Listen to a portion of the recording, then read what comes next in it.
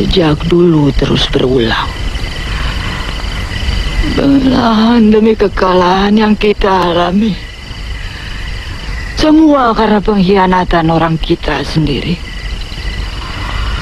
Allah.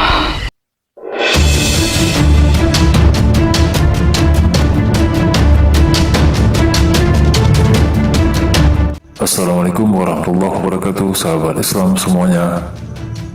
Dalam sejarah kekuasaan Islam, banyak kekalahan yang dialami oleh pihak Islam terjadi akibat adanya pengkhianat dari kalangan sendiri. Lihatlah bagaimana dinasti Abbasiyah di Baghdad runtuh akibat pengkhianatan yang dilakukan oleh Perdana Menterinya sendiri, Muayyaduddin Ibnu Al-Kami, yang bersekongkol dengan Hulagu Khan dari kerajaan Mongol.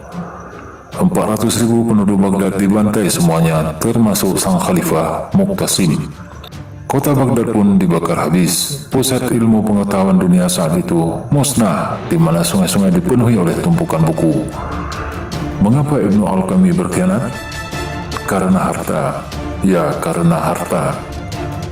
Dan sejarah pun terulang lagi. Dinasti Ahmar dari Bani Umayyah di Andalusia mempunyai kisah yang mirip. Kota terakhir yang masih kuat berdiri di saat seluruh kota-kota di wilayah Andalus telah takluk kepada negara-negara Kristen adalah Granada. Namun akhirnya Granada pun menyerah dan sejarah terulang kembali. Granada runtuh karena pengkhianat peradaban ada di dalam tubuh kaum muslimin itu sendiri.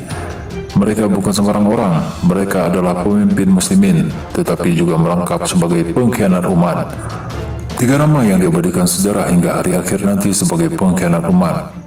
2 orang menteri, Yusuf bin Kamasyah dan Abul Qasim al-Malih, serta 1 tokoh ulama, Al-Baqini. Mereka menyerahkan negerinya kepada bangsa kafir demi harta. Di Indonesia, pengkhianatan juga terjadi dalam sejarah perjuangan bangsa. Di Aceh, pada masa Perang Aceh tahun 1873, seorang diplomat Kesultanan Aceh, Panglima Muhammad Tibang, diutus untuk berdiplomasi dengan negara-negara di Eropa. Namun yang terjadi sungguh mengejutkan. Panglima Tibang berbalik badan menjadi antek Belanda dan malah membocorkan rahasia-rahasia Kesultanan Aceh. Perang Jawa juga melahirkan pengkhianat bernama Adipati Danurejo II yang senantiasa memburu pasukan Diponegoro dan Kiai Mojo demi jabatan dan bayaran. Pengkhianatan juga terjadi di Kesultanan Banten, di mana Sultan Haji bersekongkol dengan VOC untuk merebut kekuasaan dari ayah kandungnya sendiri, yaitu Sultan Agung Tirtayasa.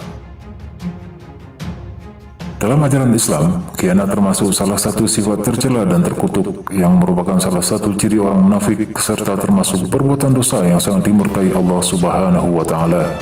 Allah menjanjikan hukuman yang dahsyat di akhirat kelak bagi mereka yang berkhianat, yang otomatis masuk ke dalam golongan munafik. Sesungguhnya orang-orang munafik itu ditempatkan pada tingkatan yang paling bawah dari neraka, dan kamu sekali-kali tidak akan mendapat seorang penolong pun bagi mereka. Quran Surat An-Nisa ayat 145. Seorang mujahid Palestina, Syekh Abdullah Azam, pernah berkata, apabila kalian ingin memerdekakan suatu negara dari penjajahan, sediakan 10 peluru dalam pundi senjata. 9 diantaranya arahkan kepada pengkhianat. Cukup 1 saja tembakkan kepada musuh. Kalau bukan karena pengkhianat dari dalam, tidak akan ada musuh dari luar yang berani menyerang kita. Sungguh begitu dahsyat dampak yang diberikan oleh seorang pengkhianat, khususnya pengkhianat bangsa. Mereka tidak hanya sekedar merugikan, tapi malahan bisa menjual bangsa kepada pihak lain demi mendapat sedikit kesenangan dunia. Wallahu a'lam bishawab.